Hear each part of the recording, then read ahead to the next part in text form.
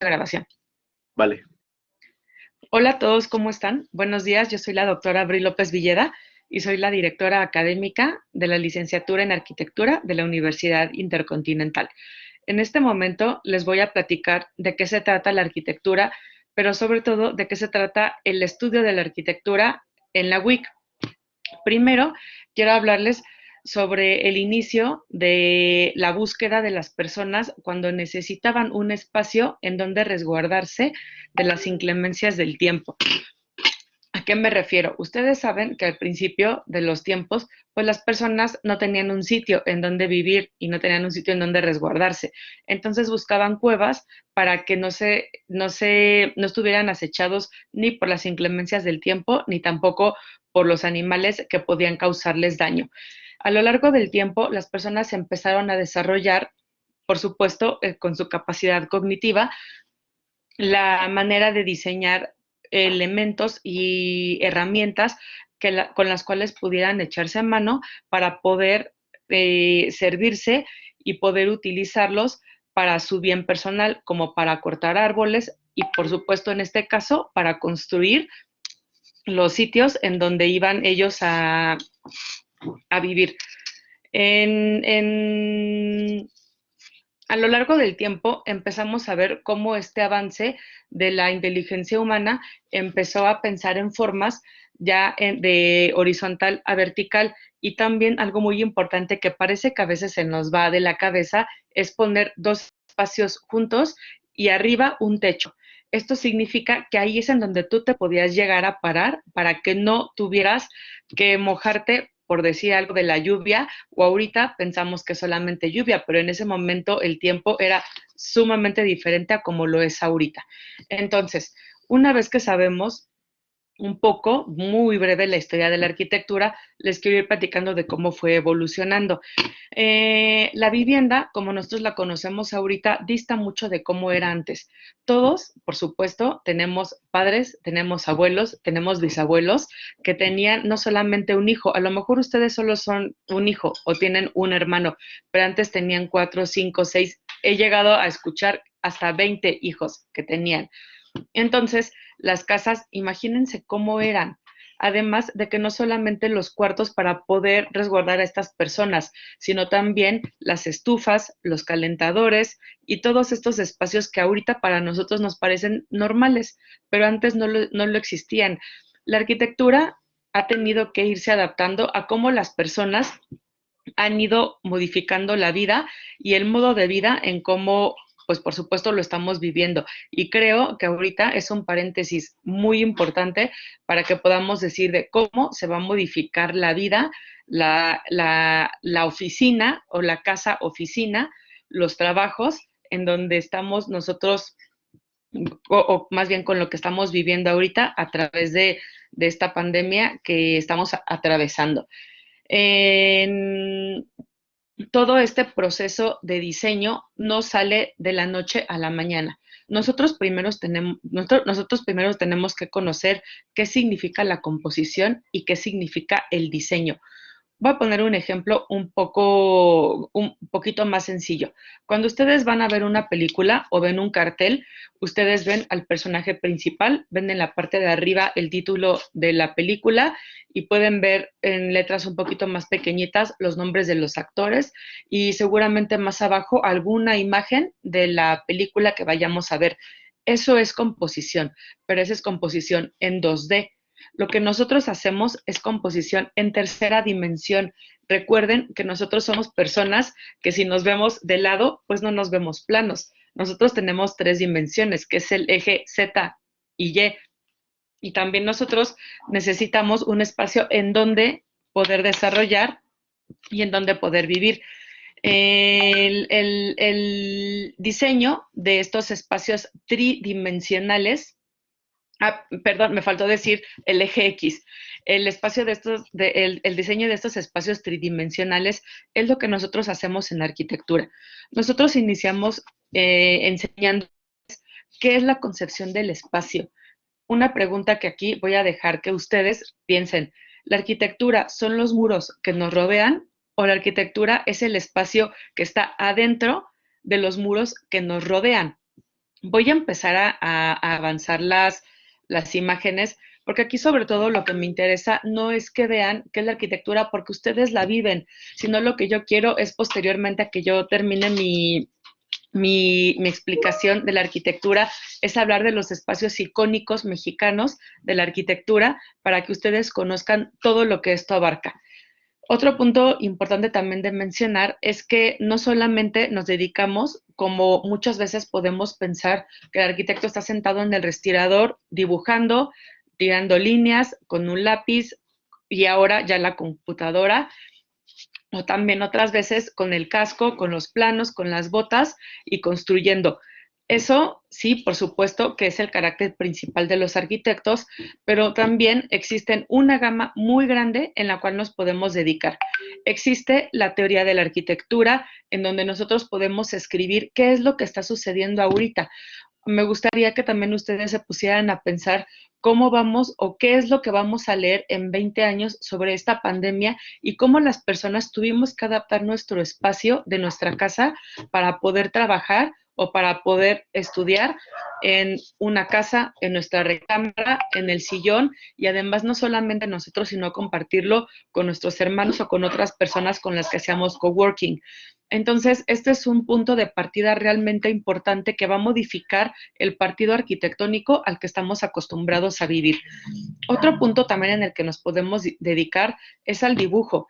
Hay arquitectos que se dedican solamente a hacer acuarelas, que es una materia que ustedes van a ver también en la WIC, en donde hacen perspectivas y hacen dibujos de cómo se va a ver la casa o cómo se va a ver la perspectiva de la plaza de San Jacinto, de la plaza de Coyoacán, de la plaza de San Ángel, donde ustedes me digan.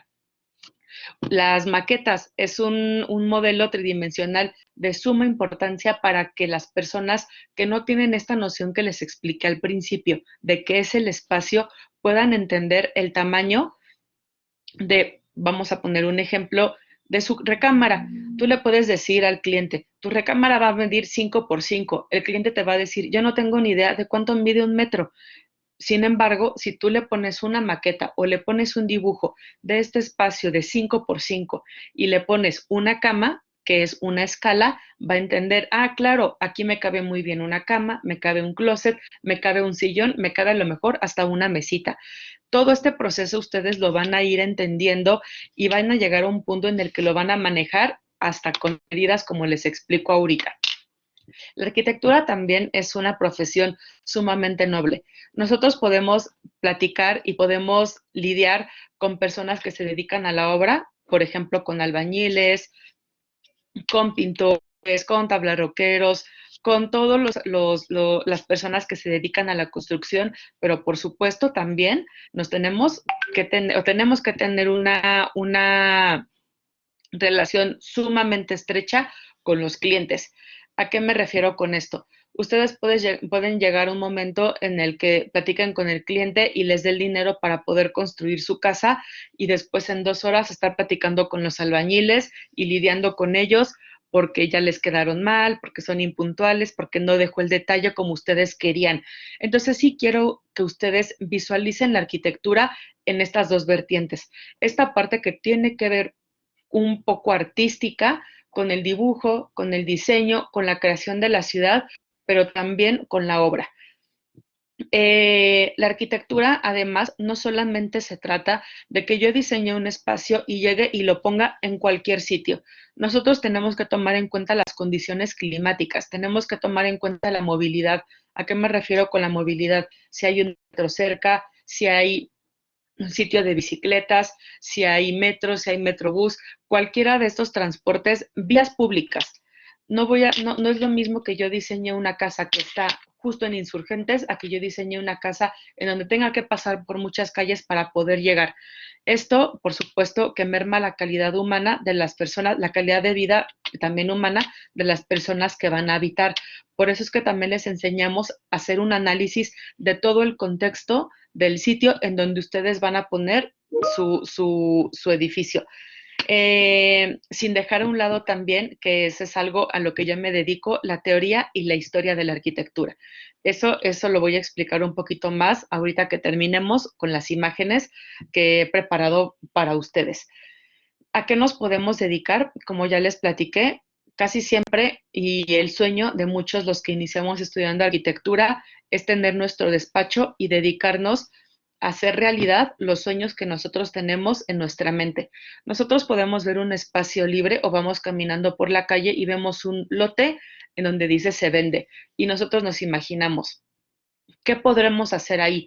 Puede ser una oficina, puede ser una casa, puede ser una torre de departamentos, puede ser una plaza comercial, puede ser lo que a ustedes se les ocurra. Aquí depende mucho también de su creatividad, que además nosotros les vamos a enseñar e incentivar. También hay muchos mitos que dicen, si tú no sabes matemáticas, si tú no sabes dibujar, si tú no eres creativo, no puedes ser arquitecto. Eso es mentira. Para eso ustedes entran a la escuela, porque nosotros ahí es en donde les enseñamos a hacer todas estas habilidades que puede ser que ustedes no tengan o que también puede ser que ustedes sean unos virtuosos y sepan hacerlo desde el principio. El, Después de haberles platicado de esto, quiero hablarles ahora sobre todo de la WIC. Nosotros ahorita estamos, hay una asociación que se dedica a la certificación de las escuelas de arquitectura en donde solamente certifican y acreditan a las escuelas que tienen la calidad que amerita.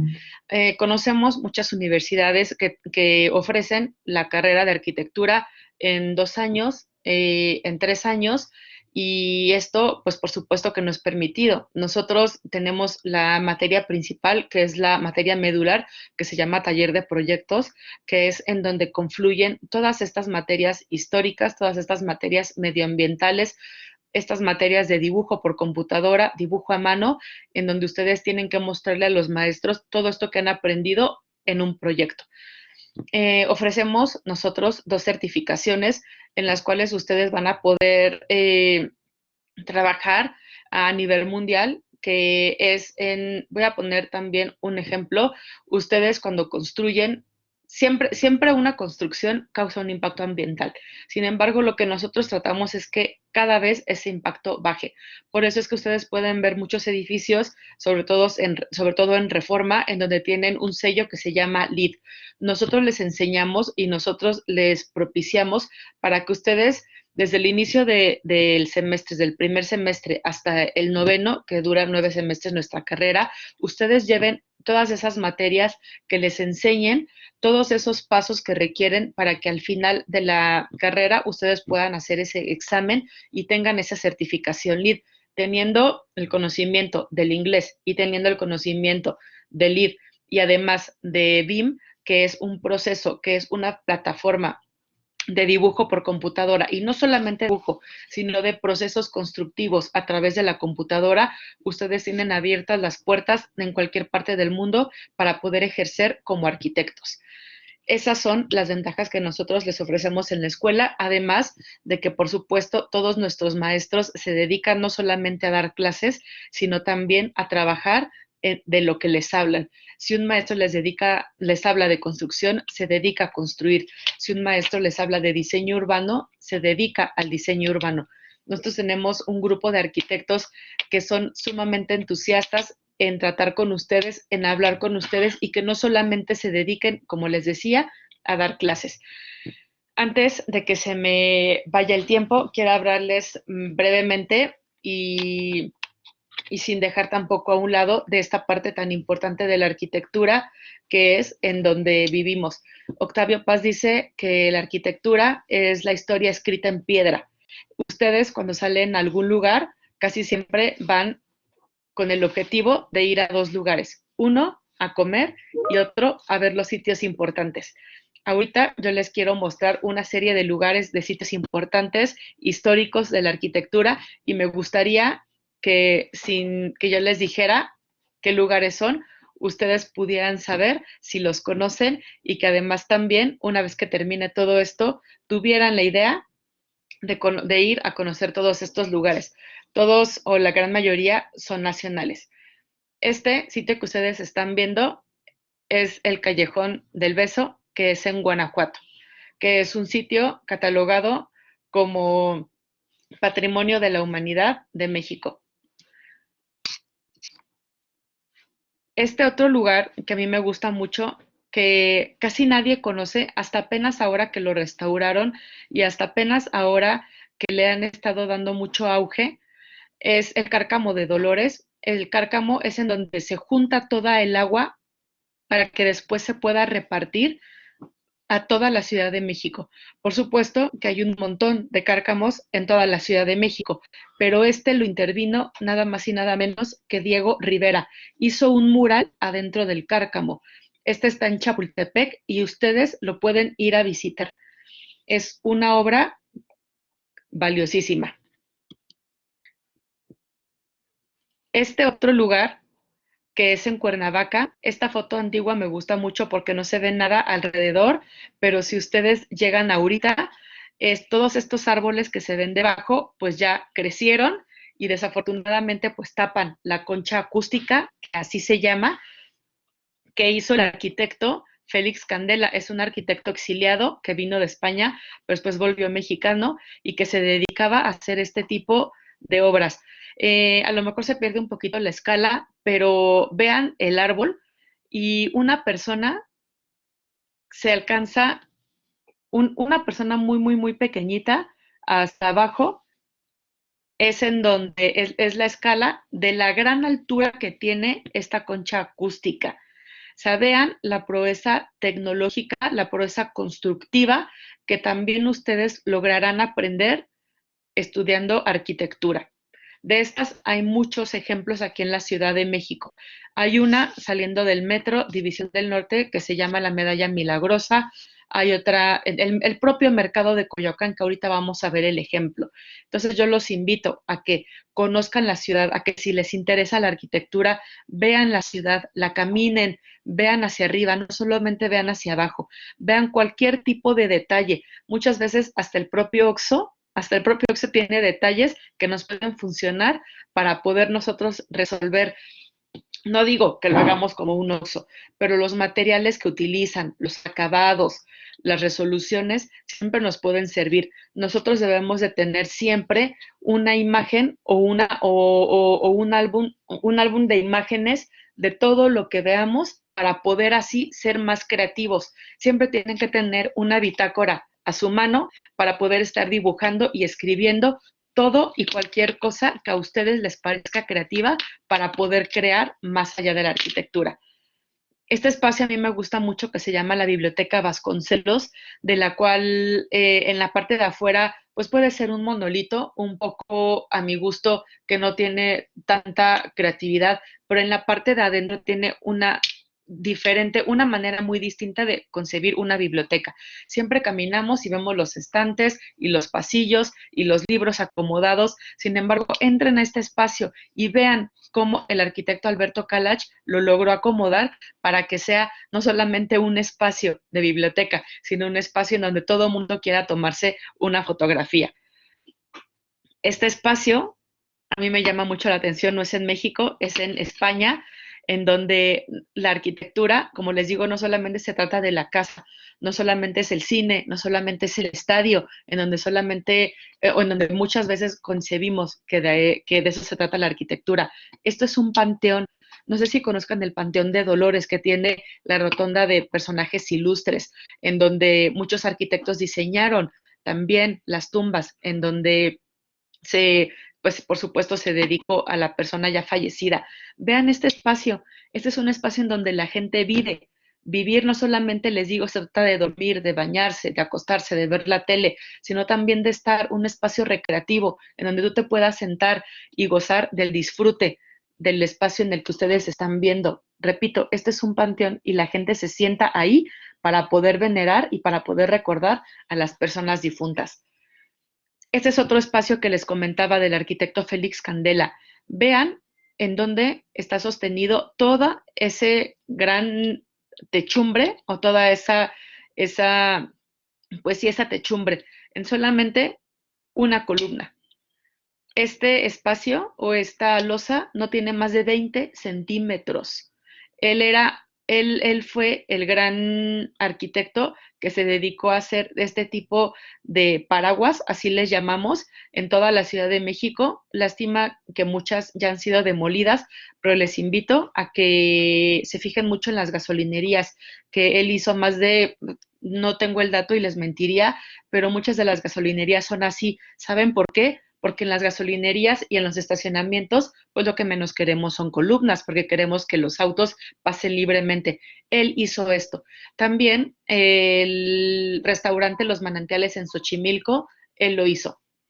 Ahora vámonos un poquito más atrás para que conozcan que también la arquitectura pues no solamente es contemporánea, no solamente es moderna. Contemporáneo y moderno es distinto. Moderno es de los 50 y contemporáneo es lo que estamos viviendo ahora. Por eso es que se puede malinterpretar un poquito el término. Vean esto, vean también la capacidad constructiva que teníamos en la época prehispánica. Observen esto. Todo este recuento histórico es lo que nosotros vamos a ver en nuestra materia, en nuestras materias históricas en la WIC. Supongo que también conocen este sitio, neogótico, San Miguel de Allende. Ahora este espacio, que también se trata de sitios o lugares construidos no solamente por el hombre, intervenidos también por el hombre, pero no 100% por ellos. Por eso es que la UNESCO tiene estas dos categorías para concebir el patrimonio del mundo. Uno que puede ser el patrimonio natural y el otro que puede ser el patrimonio construido por el hombre. En este caso tienen las dos, que son las grutas de Tolantongo. Vean, vean este espacio en donde se pueden ver las albercas como si hubieran sido creadas y por este lado las escaleras que por supuesto no las crearon porque se ven perfectas, por ejemplo, con respecto a estas o con respecto a estas. Claro que estamos hablando con mucho tiempo de anticipación. La restauración, la arqueología, que si bien son licenciaturas diferentes, también son hermanas, ni siquiera diría primas, sino que son hermanas de la arquitectura. Ustedes cuando terminen la carrera se pueden dedicar a la restauración o se pueden dedicar también a la arqueología. Nosotros en la WIC les damos un esbozo muy grande y les damos también una visión, una panorámica general para que ustedes entiendan a qué se quieren dedicar, como Félix Candela, a la estructura, como ahorita lo que vemos ahorita, al estudio de la antropología, como lo vimos hace rato, a la arqueología. Aquí vemos otro ejemplo similar. Este también espero que lo conozcan, que es Oaxaca, que además aprovecho para comentarles que en la WIC hacemos cada semestre un viaje. Desafortunadamente, en este caso se nos quedó pendiente, ya lo teníamos todo planeado, ya lo teníamos hasta pagado para irnos a Oaxaca y no pudimos. Pero cada semestre hacemos al menos un viaje un poco lejano o en la Ciudad de México y siempre hacemos viajes cercanos como a la concha acústica que les mencioné, esta altísima que hizo Félix Candela, que es en Morelos, o también a lugares como el centro histórico o a otros sitios en donde no requieran que nos vayamos más de un día. Esta es otra imagen, se me movió un poquito, pero para que alcancen a ver la altura, para que alcancen a ver la altura y la gran construcción que hizo este arquitecto en su momento y me gustaría mucho que lográramos ir a este lugar. Como les decía, también Xochimilco, que forma parte del patrimonio histórico de la Ciudad de México, junto con el centro histórico. Si en algún momento Xochimilco llegara a secarse, nos quitan este patrimonio y nos quitan este apoyo. Si bien no es un sitio construido por las personas, es un lugar que se considera valioso y es un lugar que se considera digno de ser considerado, imagínense, patrimonio del mundo. El patrimonio es lo que nos dejan o lo que nos legan, por poner un ejemplo, nuestros papás. A ustedes les van a dejar como patrimonio su estudio y seguramente les van a dejar como patrimonio su casa, pero algo que es intangible y algo que el mundo nos deja a nosotros es esto, es la arquitectura. Entonces está en nuestras manos cuidarlo. Asimismo, el castillo de Chapultepec. Sin olvidar también la cultura de México, la Arena México. ¿Qué sería la Ciudad de México y todos los extranjeros que vienen a visitarla? Y si ustedes lo ven, esto no tiene ninguna grandeza arquitectónica, sino simplemente es un muro, una fachada con algunas ventanas en donde la gente aún así sigue yendo a ver y apreciar esta cultura mexicana. Este también supongo que lo conocen. Este es un parque en la Condesa y este tiene un estilo Art Deco que además ahorita pues por supuesto que no podemos visitarlo, pero pues en su momento, y es que si es que acaso ustedes no lo han visitado. También se tiene un diálogo muy importante acerca si esto es arquitectura o no es arquitectura. Esto es una obra ingenieril, por supuesto, pero sin embargo nosotros tenemos también materias y tenemos bastantes materias en donde ustedes van a ser capaces de saber de qué ancho, de qué alto, cuál es la capacidad del cemento y cuál es la dureza que nosotros requerimos para poder llegar a una obra de este tipo. Por eso les digo que la arquitectura tiene una suma muy importante de, de abanico de posibilidades en las cuales nos podemos dedicar. Ya hemos visto un montón la historia, las estructuras, las instalaciones, la teoría y todo lo demás en lo que nosotros podemos enfocarnos. El kiosco morisco, que está en Santa María la Ribera, las plazas comerciales, esta es en Andares, en Guadalajara, que tiene muchísimas, además, intervenciones, sin olvidar las intervenciones históricas, como por ejemplo la Biblioteca Central, que tiene una gran intervención del arquitecto Juan O'Gorman, que supongo y deberían todos de conocerla, pero la arquitectura se presta muchísimo a la plasticidad, a que en un muro, que es como un lienzo, para que los artistas puedan en ello reflejar su arte. Estas obras que todavía estaban en construcción, que ahora son los grandes rascacielos, ahora estamos a punto casi de conocer a uno nuevo que se llama Mítica, que si es que no lo conocen, que parece también muchas veces que la arquitectura se trata de saber quiénes construyen edificios más altos. Sin embargo, aquí lo que en la WIC nos enfocamos no es quién construye el edificio más alto, ni quién construye el edificio más caro, sino quién construya el edificio más humano, más enfocado a las personas y más enfocado a la sociedad para que las personas podamos vivir dignamente. El paraguas del Museo de Antropología del gran arquitecto Pedro Ramírez Vázquez, arquitectura que a veces podemos pasar desapercibida, pero que tienen un gran valor y que revisten nuestras ciudades y que crean estos pueblos que tanto nos gusta visitar. Estas son las otras torres, las torres que están construyendo, que fueron construidas por el arquitecto que ahorita está construyendo Mítica, las obras que se convierten icónicas en nuestra ciudad. A veces decimos, te vemos afuera de tal lugar. ¿Qué sería de la vida? ¿Qué sería de la ciudad sin la arquitectura?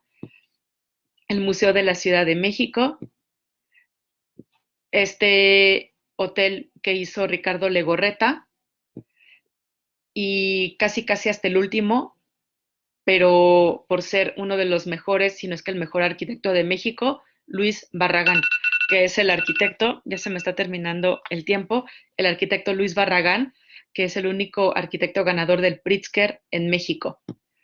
El arquitecto Mario Pani, que además no, si bien no ganó, fue el arquitecto que modernizó toda la Ciudad de México. Estas ruinas que llamamos ruinas, que también supongo que todos conocemos y que debemos de conocer, este tipo de arquitectura churrigueresca, además sumamente adornada, que existe en muchos lugares, sobre todo iglesias, en todo México, en Puebla.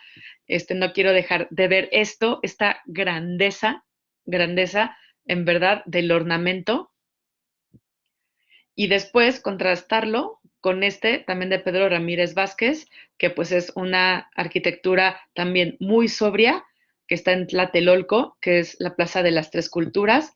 Nuevamente les muestro estos paraguas. Este es en el Metro Candelaria del arquitecto Félix Candela. Esta es una obra que parece futurista, que es del arquitecto Agustín Hernández, que está en Las Lomas, con la cual terminamos. No sé si alguno de ustedes o si haya en algún momento para que haya preguntas y respuestas, pero los invito a que se comuniquen conmigo si es que tienen alguna otra duda, si es que quieren platicar mucho más de arquitectura. Yo lo único que les quiero mencionar y con lo que les quiero cerrar es que a pesar de que todo esto que hemos visto y que son lugares que conocemos, que tocamos, que vivimos, que habitamos, que paseamos, la arquitectura es para las personas.